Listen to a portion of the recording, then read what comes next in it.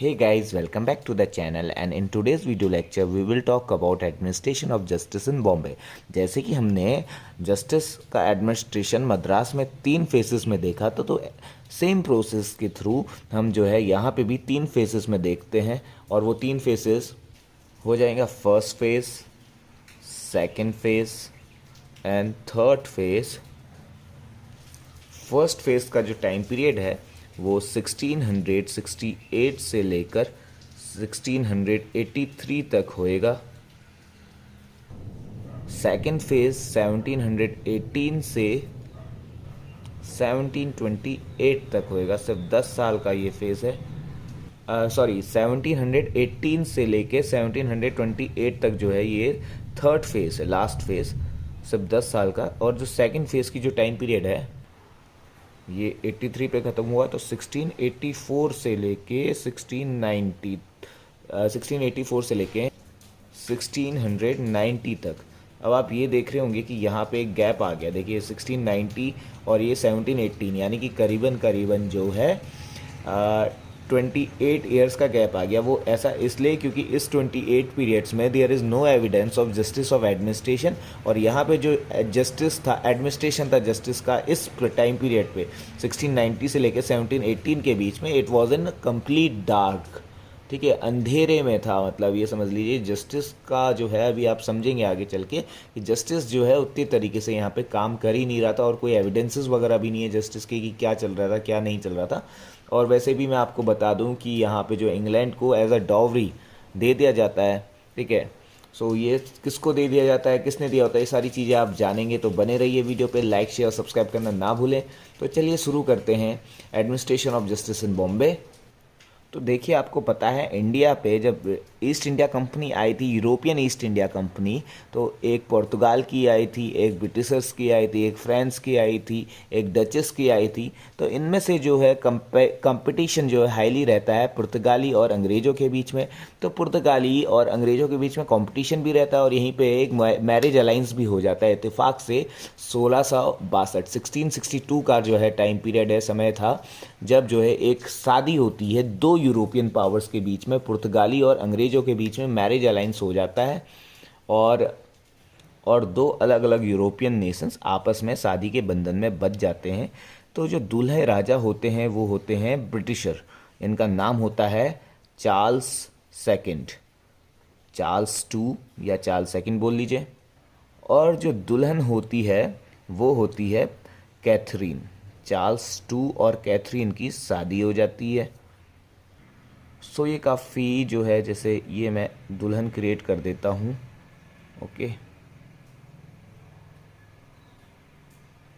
इनकी वेडिंग हो जाती है, weds, Charles two weds Catherine. Charles two Britain का होता है राजा, कैथरीन जो है पुर्तगाल की राजा की सिस्टर होती है। सो ओवरऑल हम ये कहेंगे कि जो कैथरीन है ये पोर्तुगीज़ प्रिंसेस है। अब भाई इतनी पवित्र बंधन में ये लोग बंध रहे हैं, तो दुल्हन का जो भाई होता है ये डाउरी, दहेज में जो है दूल्हे को एक आइलैंड गिफ्ट कर देता है, पूरा का पूरा आइलैंड गिफ्ट कर देता है। बोलता है ये लो, ये मेरी तरफ से तुम रखो और मेरी बहन को खुश रखना। और इस आइलैंड का नाम होता है बॉम्बे। बॉम्बे की अगर आपने लोकेशन देखी होगी तो बॉम्बे एक आइलैंड प्लेस है महाराष्ट्र में। ठीक है, एकदम जो वेस्टर्न घाट्स पड़ते हैं इंडिया पे, तो ये जैसे मान लीजिए इंडिया है, लोकल फर्जी इंडिया। सो यहाँ पे वेस्टर्न घाट्स हैं और वेस्टर्न घाट्स पे यहीं पे जो है बॉम्बे का आइलैंड पड़ता है जो इससे अटैच्ड है। ठीक है, सो इस वाले आइलैंड को जो है ये पुर्तगाल का जो राजा है अपने जवाई को, अपनी सिस्टर के हस्बैंड को गिफ्ट कर देता है। और अब जो ये राजा है चार्ल्स टू यानी कि इंग्लैंड का किंग, अब ये क्या करेगा इस आइलैंड का, इसके पास तो ये बहुत खूबसूरत सी जगह लंदन में रह रहा है, तो ये बॉम्बे का क्या करेगा। तो ये क्या करता है, ये जो इनकी भेजी हुई कंपनी होती है ईस्ट इंडिया कंपनी, तो उसको जो है ये दान दे देता है। नहीं मतलब दान क्या देता है उनको, जो है रेंट पे देता है कि लो तुम यहाँ पे, ये मेरी लैंड है और जाके यहाँ पे भी तुम अपना बिजनेस इस्टेब्लिश करो, और जो है जिससे कि मुझे मैक्सिमम मैक्सिमम प्रॉफिट होना चाहिए भाई क्राउन को, है ना। सो ये जो किंग चार्ल्स टू है, king Charles second granted island of Bombay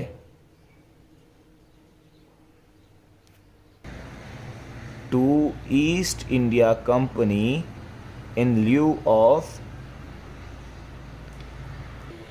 annual rent of 10 pounds, यानी कि सालाना का जो किराया लेता है इनसे annual rent of 10 pounds, 10 pounds ये जो है सालाना किराया लेता है ईस्ट इंडिया कंपनी से, और अपनी जो है पूरी की पूरी बॉम्बे की आइलैंड जो है उसको दहेज में मिली होती है ईस्ट इंडिया कंपनी को दे देता है, और बोलता है तुम मुझे साल के जो है 10 पाउंड्स दे दिया करना। 10 पाउंड्स किसके, अगर इंडियन रुपीज़ के इक्विवेलेंट करें तो हम, अब मेरे ख्याल से 1 पाउंड की एवरेज जो है करीबन करीबन 92 के आसपास है। अगर हम एवरेज 100 ले लें तो 10 पाउंड इंटू 10 इंटू 100, तो आप देख रहे हैं ये हो जाएगा 1000 रुपीज़, सिर्फ 1000 रुपीज़ साल के जो है 1000 रुपीज़ साल के लेता है, और ये पूरा का पूरा बॉम्बे का आइलैंड ईस्ट इंडिया कंपनी को दे देता है। ईस्ट इंडिया कंपनी अभी तक सिर्फ एक ट्रेडिंग कंपनी है, और ये जो भी अपना एडमिनिस्ट्रेशन कर रही है, जो भी इनका सिस्टम है जस्टिस का, ये सिर्फ इनके लोगों के लिए है। अभी तक इंडिया में रूल करने का इनका कहीं से कहीं तक कोई प्लान तो है ही नहीं। अब ज़मीन तो दे दी, अब उस ज़मीन पे लॉज वगैरह बनाने के लिए, कंपनी इस्टेब्लिश करने के लिए कुछ लॉज भी होंगे। उस लॉज को इस्टेब्लिश करने के लिए क्या करता है जेम्स चार्ल्स टू, एक चार्टर प्रोवाइड करता है, और ये चार्टर है, आप डेट जो है आप टाइम पीरियड याद रखिएगा, चार्टर ये है 1668 का AD। तो 1668 से जो है यहाँ पे फर्स्ट फेज स्टार्ट हो जाता है administration of justice in Bombay. अब भला ये चार्टर दिया क्यों जाता है? अब ये चार्टर इसलिए दिया जाता है to establish a legal system for the island of Bombay for its good governance।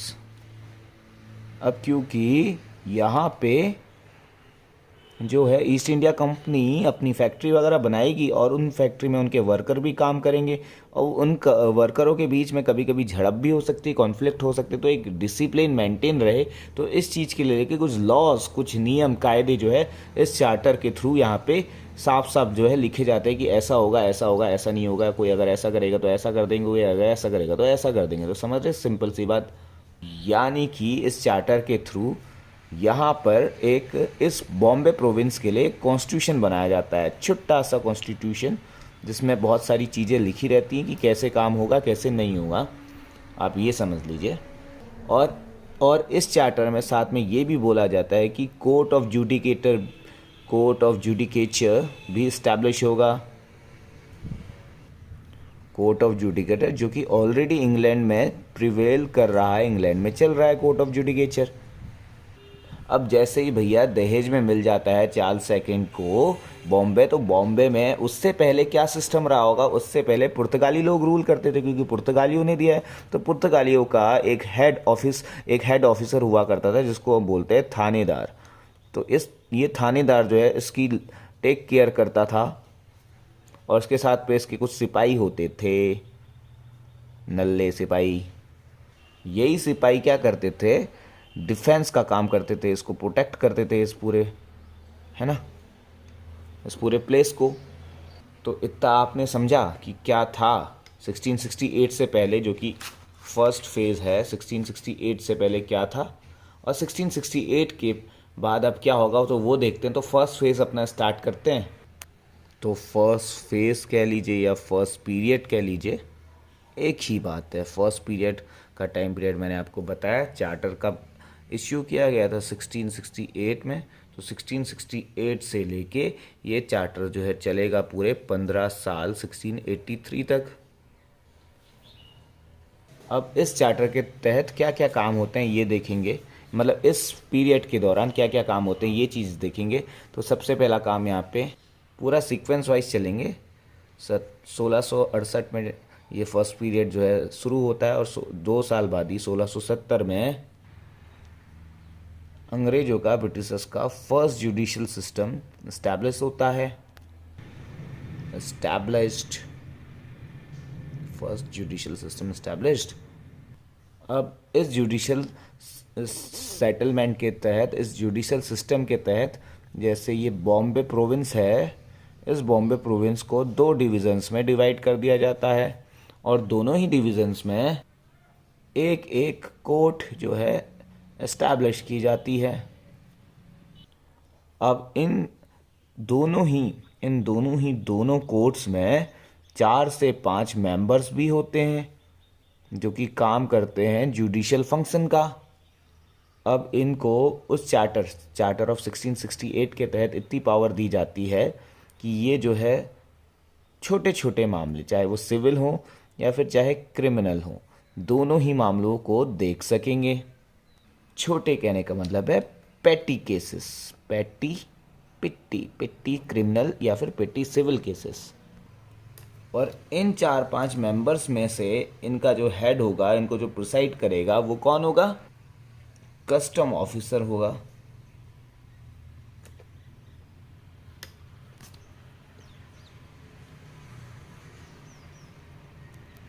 यानी कि these courts were presided bye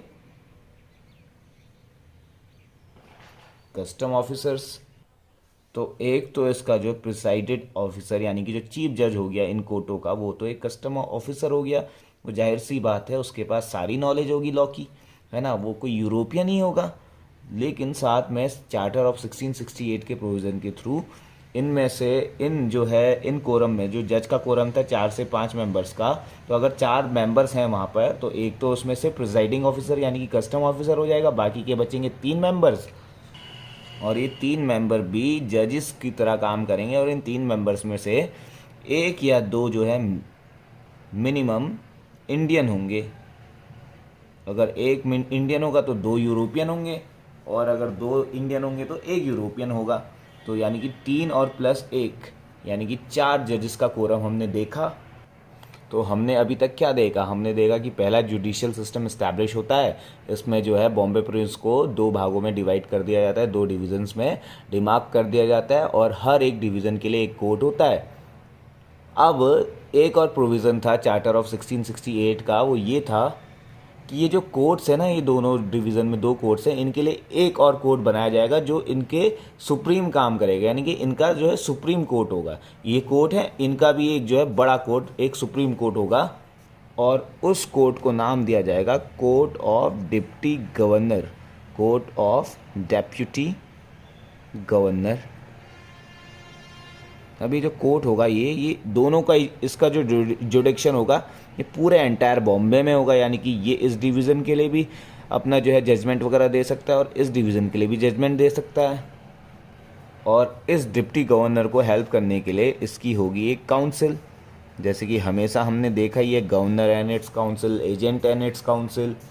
now this court of deputy governor and council exercising both original as well as appellate jurisdiction,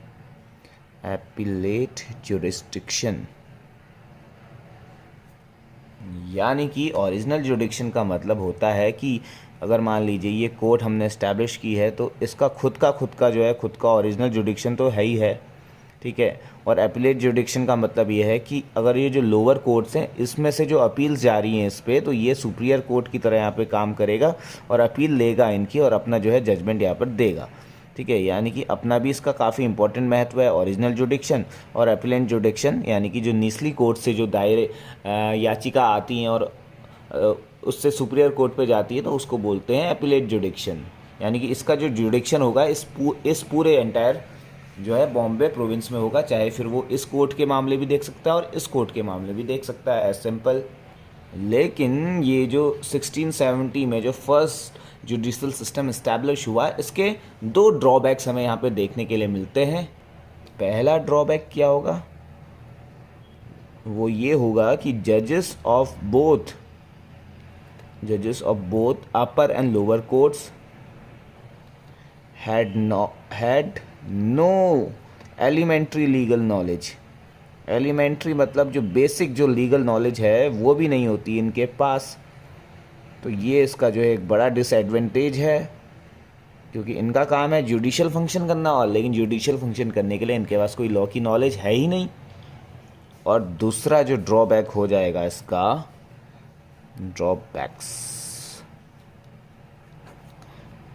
वो हमेशा की तरह जैसे आज तक अभी तक इसमें चलता आ रहा है कि दो ऑर्गन्स थी, जुडिशियल और एग्जीक्यूटिव ऑर्गन, दोनों ही जो हैं सेपरेट होती नहीं, यानी कि सेपरेशन ऑफ पावर है ही नहीं। यानी कि जो है दोनों ऑर्गन्स जो हैं आपस में एक ही ऑर्गेनाइजेशन के अंदर आती हैं और दोनों जो है इंटरफेरेंस जो है करती रहती हैं एक दूसरे के मामलों में। तो इससे क्या होगा, यहाँ पे जो न्याय की जो स्पीड होगी वो भी दखल देगी, उसमें भी प्रॉब्लम होगी, और जो जस्टिस है, जो फेयर जस्टिस होना चाहिए, वो भी नहीं हो पाएगा। तो दूसरे ड्रॉबैक में हम लिखेंगे कि एग्जीक्यूटिव एंड जुडिशियल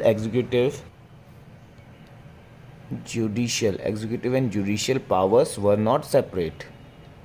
यानी कि ये एक ही के हाथ में निहित थे, पावर्स वर नॉट सेपरेट।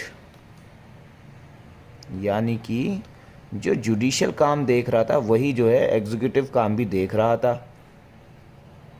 तो ऐसे तो दिक्कत हो जाएगी ना। अब इस चीज़ पे गहन अध्ययन किया गया और इस ड्रॉबैक का जो रेमेडी वो 1672 में लाई गई, 1672। और ये रेमेडी क्या थी, इस रेमेडी में ये था 1672 में ये भी जो है प्रोविजंस आ गए कि जो कोई भी कार्रवाई होगी वो अकॉर्डिंग टू इंग्लिश लॉ होगी, अकॉर्डिंग टू इंग्लिश लॉ। क्योंकि अभी तक क्या चल रहा था, प्रिवलेंट कौन सा लॉ था यहाँ पे प्रिवलेंट था पुर्तगीज लॉ, क्योंकि मैंने आपको बताया पुर्तगाल ने इसे दहेज में दिया बॉम्बे को। अकॉर्डिंग टू इंग्लिश लॉ मतलब जो कोई भी यहाँ पे केसेस ट्राइड होंगे they will be tried according to English law and not according to Portuguese law. तो ये चीज़ हमने यहाँ पे देखी, इसका पहली रेमेडी। अब जो 1672 में प्रोविजंस लाए गए थे उनमें से एक प्रोविज़न ये भी था कि सेंट्रल कोर्ट का इस्टेब्लिशमेंट होएगा बॉम्बे में। अब इस सेंट्रल कोर्ट का मतलब क्या है, जो पहले court of deputy governor and council थी ना, ये हो जाती है एबॉलिश और जो है सेंट्रल कोर्ट बन जाती है। और सेंट्रल कोर्ट के अंदर जो पहले दो कोर्ट्स हम देख रहे थे बॉम्बे प्रोविंस के, दोनों कोर्ट जो है इसकी जुडिक्शन में आ जाते हैं। और ये कोर्ट जो है सारे के सारे सिविल, सारे के सारे क्रिमिनल, सारे के सारे टेस्टामेंट्री केसेस देखती है। और ये कोर्ट हफ्ते में जो है कम से कम एक बार तो बैठती थी, sat once in a week. ठीक है, तो धीरे धीरे आपको थोड़े चेंजेस देखने के लिए मिलेंगे। अब यहाँ पर देखिए होता क्या है सेंट्रल कोर्ट में। सिविल केस के मामले में ये लोग एक ज्यूरी बिठाते हैं। ज्यूरी जो है हफ्ते में एक बार तो बैठती ही है, और इस ज्यूरी का काम क्या होता है, जितने भी सिविल केसेस पेंडिंग हैं उनको डिसाइड करना। और वहीं पे जो है क्रिमिनल केस के मैटर में ये भी जो है हफ्ते में एक बार बैठती है। और इसके लिए जो है बॉम्बे को 4 डिविजन्स में बांट दिया जाता है, 4 डिविजन्स में डिवाइड कर दिया जाता है। और हर डिवीज़न के हेड पर्सन को बोला जाता है justice of peace, justice of peace. यानी कि एक एक जस्टिस ऑफ पीस जो है हर इन डिविजन्स में होगा। अब जैसे ही इनमें से कोई भी जस्टिस ऑफ पीस कोई क्रिमिनल गतिविधि पे जो है अपना जजमेंट यानी कि उस केस को देख रहा होता है, और जब देख लिया होता है अच्छे से, आफ्टर द एंटायर प्रोसीडिंग दोबारा से सेंट्रल कोर्ट भेज देता है।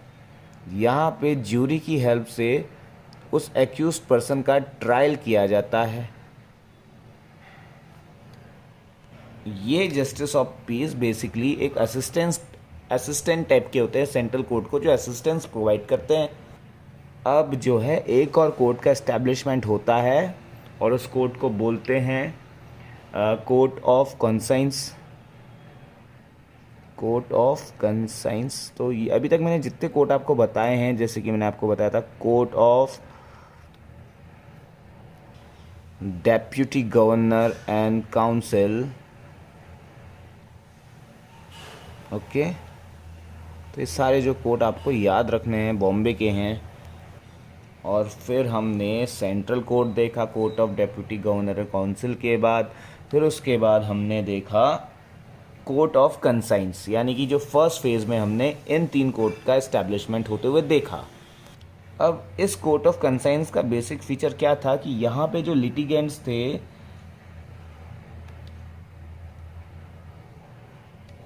उनसे कोई फीस ली ही नहीं जाती थी अपने केस को रखने के लिए कोर्ट में, और इन केसेस को समरली थॉरोली देखा जाता था, इसको डिटेल्स में देखा जाता था, गहराइयों में।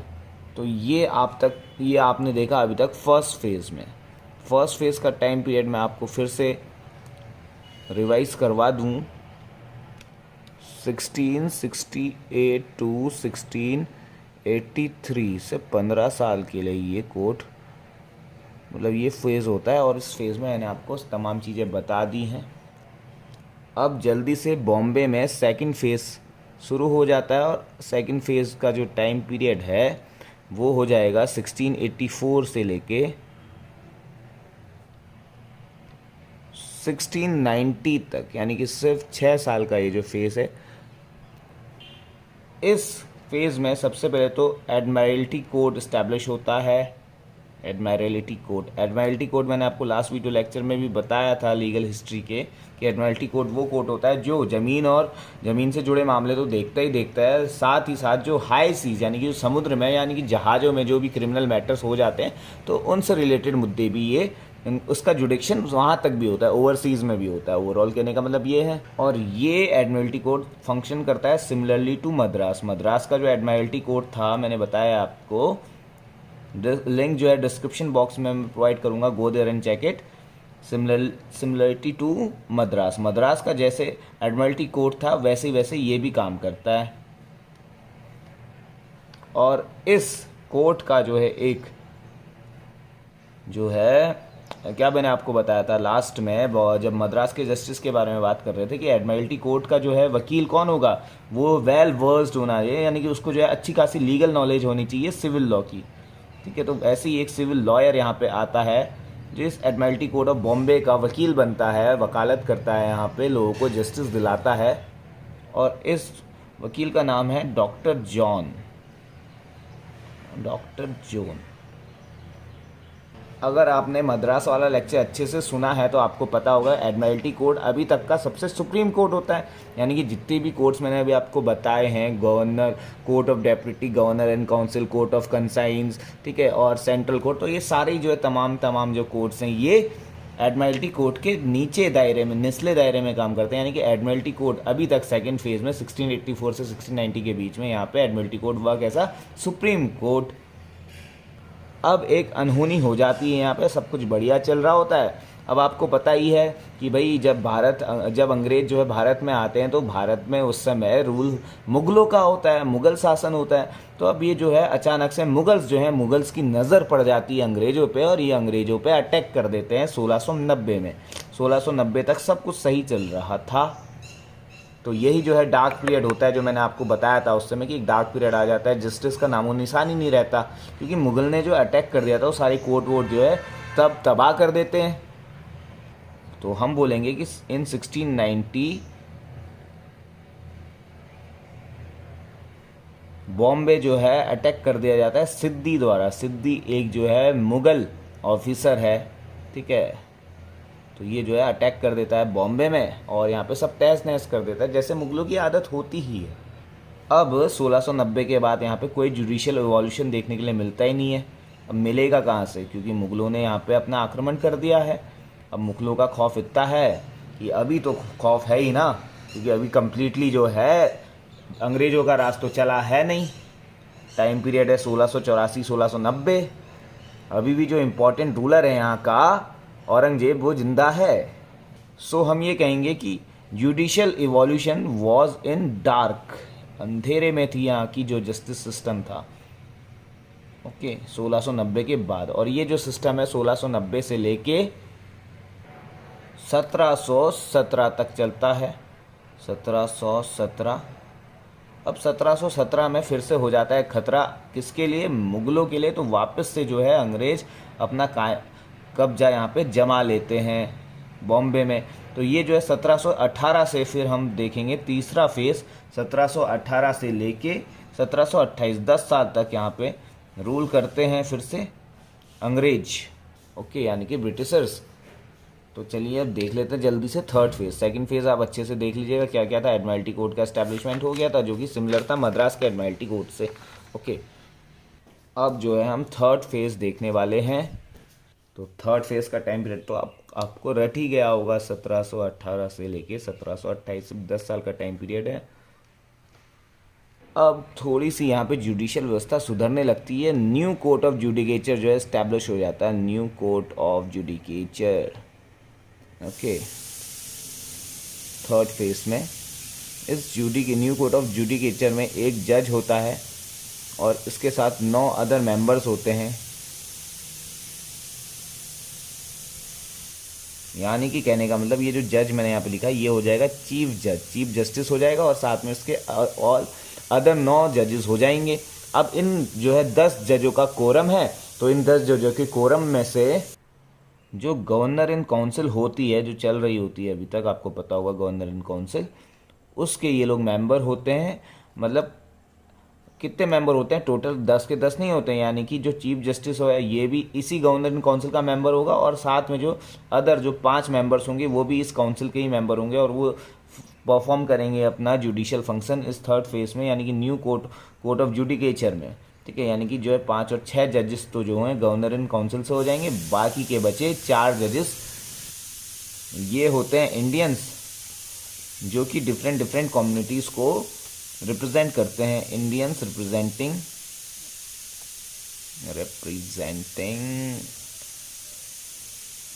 डिफरेंट कम्युनिटीज़, यानी 4 इंडियन जजेस वो represent different communities in India, different communities. अब कम्युनिटीज़ कहने का मतलब ये है कि यहाँ पे हिंदू भी है, पारसी भी हैं, सिख भी हैं, ईसाई भी हैं, हिंदू ईसाई, ठीक है, और मुस्लिम भी हैं। तो इन सब ये कम्युनिटी हो गई। तो अलग अलग कम्युनिटी को एक जो है जज रिप्रेजेंट करता था। अब यहाँ पे केस को डील करते वक्त जो है इंडियन कस्टम्स भी देखे जाते थे। इंडियन कस्टम और रिलीजन इनका भी खासा जो है यूज़ किया जाता था। ठीक है, law is nothing but a common high sense, ये चीज़ है आपको पता होनी चाहिए।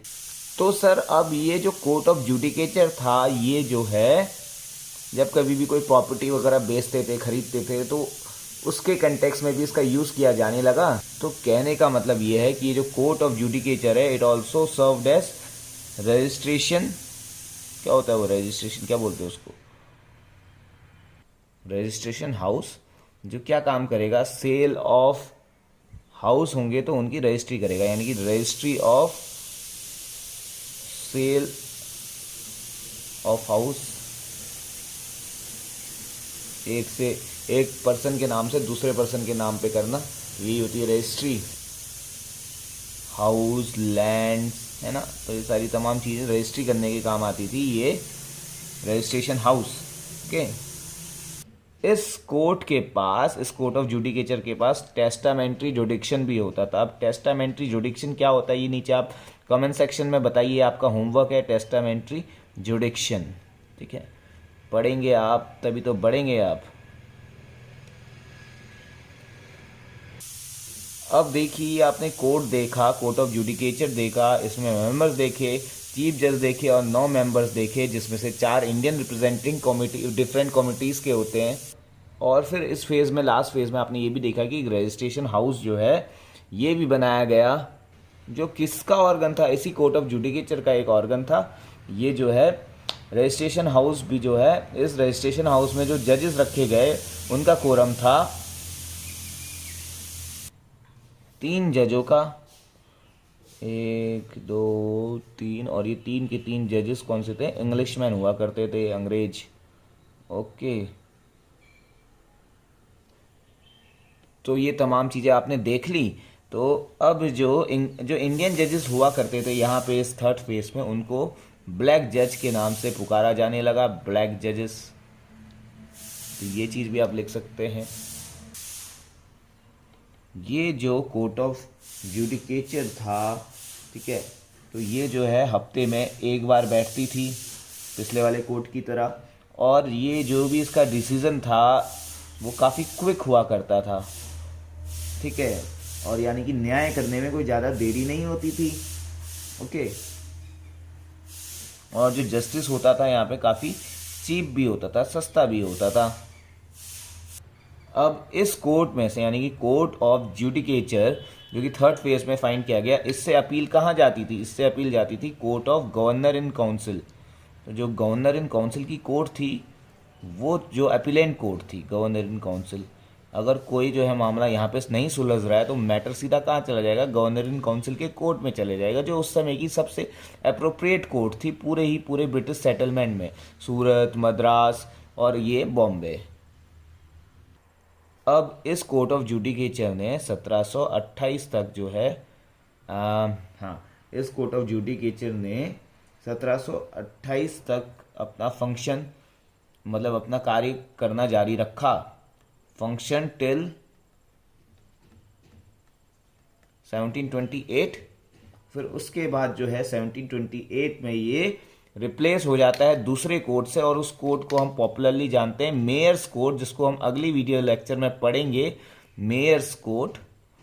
और मेयर्स कोड जो है ये कौन से चार्टर के थ्रू बनता है? ये जो है मेन मेयर कोड है। एक मेयर कोड हमने पहले भी देखा मद्रास में, वैसे छोटा मोटा मेयर कोड था, लेकिन जो मेन मेयर कोड है यहाँ पे स्टैब्लिश होता है, और ये जो स्टैब्लिश होता है चार्टर ऑफ 1726 के थ्रू, ये स्टैब्लिश होता है मेयर्स कोड। तो आई होप कि आपको अभी तक सब कुछ समझ में आया होगा, ठीक है। जो रॉयल चार्टर होता है, रॉयल चार्टर, ठीक है, रॉयल चार्टर मतलब ऐसा चार्टर जो कि सीधा क्राउन से दिया गया हो, यानी कि वहाँ इंग्लैंड के साम्राज्य, यानी कि जहाँ राजा या रानी बैठ रहे हैं, उन लोगों ने सीधा ये चार्टर प्रोवाइड किया है 1726 में। हमने एक चार्टर और देखा था गाइज, वो कौन सा चार्टर था? नीचे कमेंट सेक्शन में बताइए। जो क्राउन ने ना देके कंपनी, यानी कि जो ईस्ट इंडिया कंपनी थी, उसने खुद का ही अपना चार्टर बना दिया था, ताकि वो चाहती थी जो कोर्ट्स वगैरह है हमारे अकॉर्डिंग काम करें और उन पर कोई घमंड वगैरह, एरोगेंट वगैरह ना आए। क्योंकि अगर उनका जो है सिलेक्शन जो है, उनका अपॉइंटमेंट अगर डायरेक्टली क्राउन से हो रहा है, तो उनके पास जो है एक अहम भूमिका आ जाती है कि हमारा जो है, हम तो किसी के जो है अंडर काम करेंगे ही नहीं, हमारा तो सीधा अपॉइंटमेंट इंग्लैंड से हुआ है, तो हम क्यों यहाँ पे कोर्ट और डायरेक्टर को असिस्ट करें। तो ये जो है हीन भावना आ जाती थी इनके माइंड पे।